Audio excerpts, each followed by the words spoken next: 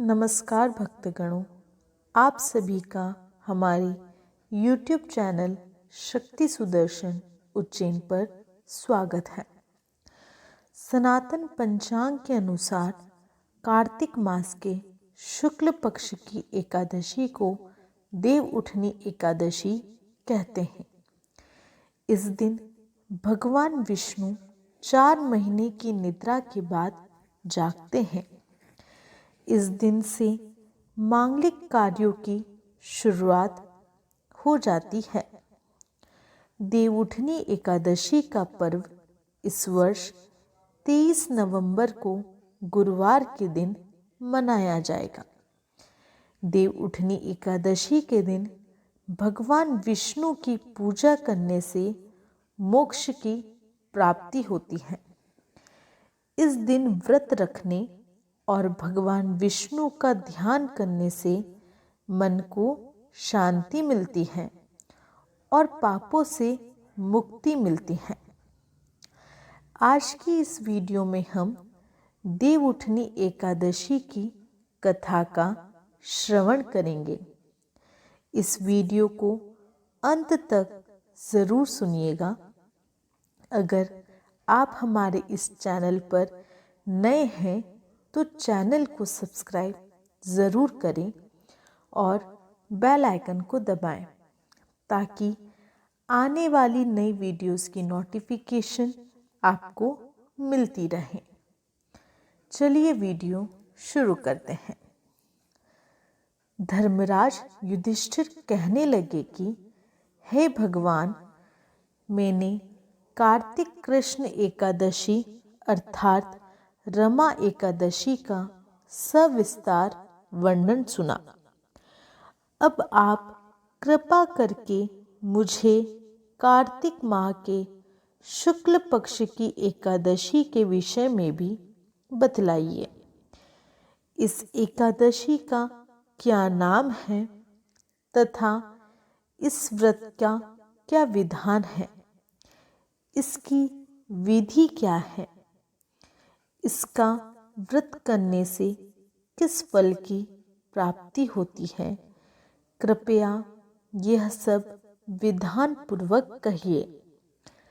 भगवान श्री कृष्ण बोले, कार्तिक माह के शुक्ल पक्ष में तुलसी विवाह के दिन आने वाली इस एकादशी को विष्णु प्रबोधिनी एकादशी, देव प्रबोधिनी एकादशी, देव उत्थान, देव उद्धव एकादशी, देव उठनी एकादशी, कार्तिक शुक्ल एकादशी तथा प्रबोधिनी एकादशी भी कहा जाता है। यह बड़े बड़े पापों का नाश करने वाली है।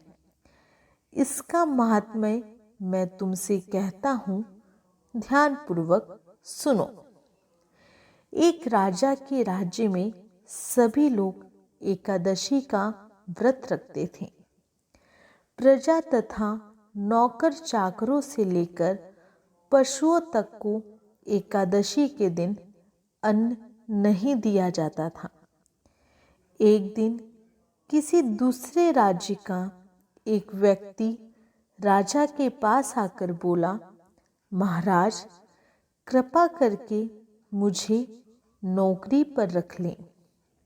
तब राजा ने उसके सामने एक शर्त रखी कि ठीक है, रख लेते हैं, किंतु रोज तो तुम्हें खाने को सब कुछ मिलेगा, पर एकादशी को अन्न नहीं मिलेगा। उस व्यक्ति ने उस समय हाँ कर ली, पर एकादशी के दिन जब उसे फलाहार का सामान दिया गया तो वह राजा के सामने जाकर गिड़गिड़ाने लगा, महाराज, इससे मेरा पेट नहीं भरेगा, मैं भूखा ही मर जाऊंगा, मुझे अन्न दे दो। राजा ने उसे शर्त की बात याद दिलाई, पर वह अन्न छोड़ने को तैयार नहीं हुआ। तब राजा ने उसे आटा, दाल, चावल आदि दिए। वह नित्य की तरह नदी पर पहुंचा और स्नान कर भोजन पकाने लगा। जब भोजन बन गया तो वह भगवान को बुलाने लगा, आओ भगवान, भोजन तैयार है। उसके बुलाने पर पीताम्बर धारण किए भगवान चतुर्भुज रूप में आ पहुँचे तथा प्रेम से उसके साथ भोजन करने लगे।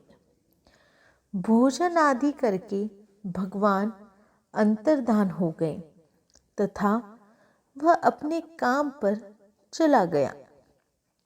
15 दिन बाद अगली एकादशी को वह राजा से कहने लगा कि महाराज, मुझे दुगना सामान दीजिए। उस दिन तो मैं भूखा ही रह गया। राजा ने कारण पूछा तो उसने बताया कि हमारे साथ भगवान भी खाते हैं, इसलिए हम दोनों के लिए ये सामान पूरा नहीं होता। यह सुनकर राजा को बड़ा आश्चर्य हुआ। वह बोला, मैं नहीं मान सकता कि भगवान तुम्हारे साथ खाते हैं। मैं तो इतना व्रत रखता हूँ, पूजा करता हूँ, पर भगवान ने मुझे कभी दर्शन नहीं दिए।